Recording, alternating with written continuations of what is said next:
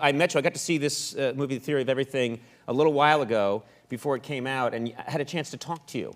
Yeah, it was, there was an early screening. There was an early screening, and you and I got to chat, and I was very happy to see that you and I had similar coloring. Absolutely. Everybody I meet in this business has a deep tan, yeah. And I always feel sickly. And then I met you. You look fantastic, but you have freckles, the whole 9 yards. All of the above. This is true, yeah. You actually think, you like that you have freckles. You think that's helped you in your career? Do you know, there have been moments when it was very useful. Yeah, I did it about 7, 8 years ago. I did a film, I was auditioning for a film called Savage Grace, and Julianne Moore was playing my mum. Mm-hmm. And I came for the last audition with her, and she walked in, and she went, "Oh my God, you even look like you could be my son." So for that moment, those freckles and pale skin and years of sunblock suddenly were worth. When there's a biography of me that's made, a biopic, you might get the part. That's incredible. Thank you, Conan. I'll have to work on my hair. The better-looking Conan O'Brien. We'll get you a giant wig, and we'll teach you how to jump around and be an ass. We'll have coaches work with you. I know that's a dream part for you. You know, I was reading about you today because you've had that classic English education.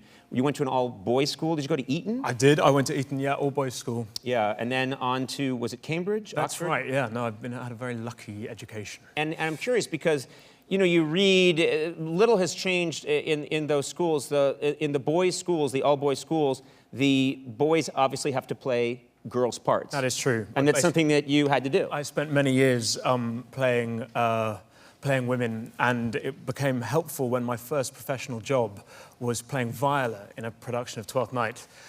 So all those years of getting dressed up as a woman were healthy and helpful. Yeah. But Viola is a girl who gets dressed up as a boy, so I was a boy playing a girl playing a boy, so it was all kinds of confusing, but it was amazing. I'm very confused now. I do know how that works, but I mean, I know that plot. I don't dress a lot as a woman at home. But you know, we found this picture. Someone noticed this is a picture of you in that role as Violet, and someone noticed that you bear an uncanny resemblance to Jennifer Garner. And you're looking at this like, it's incredible. That is the greatest compliment I've ever had. She's a very beautiful woman. There you go. You can also play her in the Jennifer Garner story. Perhaps. Conan, Jennifer, this is good. All the great... Mapping out my career. Exactly. Yeah, I've got your next 9 movies locked down. Many actors are obsessed with, will do anything to get a part, and if there's a good part out there, you'll say anything to get it. You have done that as well in your career. Yeah, no, What's the biggest lie you've told to get a part? I think there are millions of them, but there was a thing about 10 years ago that Tom Hooper, who directed Les Miserables, was auditioning for a thing about Queen Elizabeth. And I had my last audition, and just as I was leaving the room, he said, "One last thing, Eddie, have you ever been on a horse?" And I said, "Yes."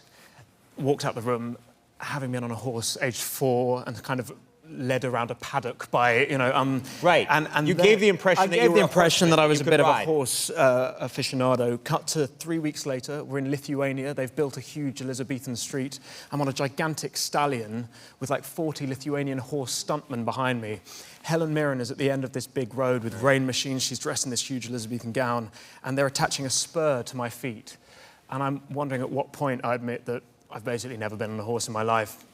They called action, and I basically went ferociously down at 100 miles an hour, almost killed myself, almost killed half of the crew. Clear to everyone you don't know how to ride a horse. Absolutely. Tom Hooper, the director, comes from behind Helen Mirren with a huge loudspeaker and goes, "You're a liar, Redmayne."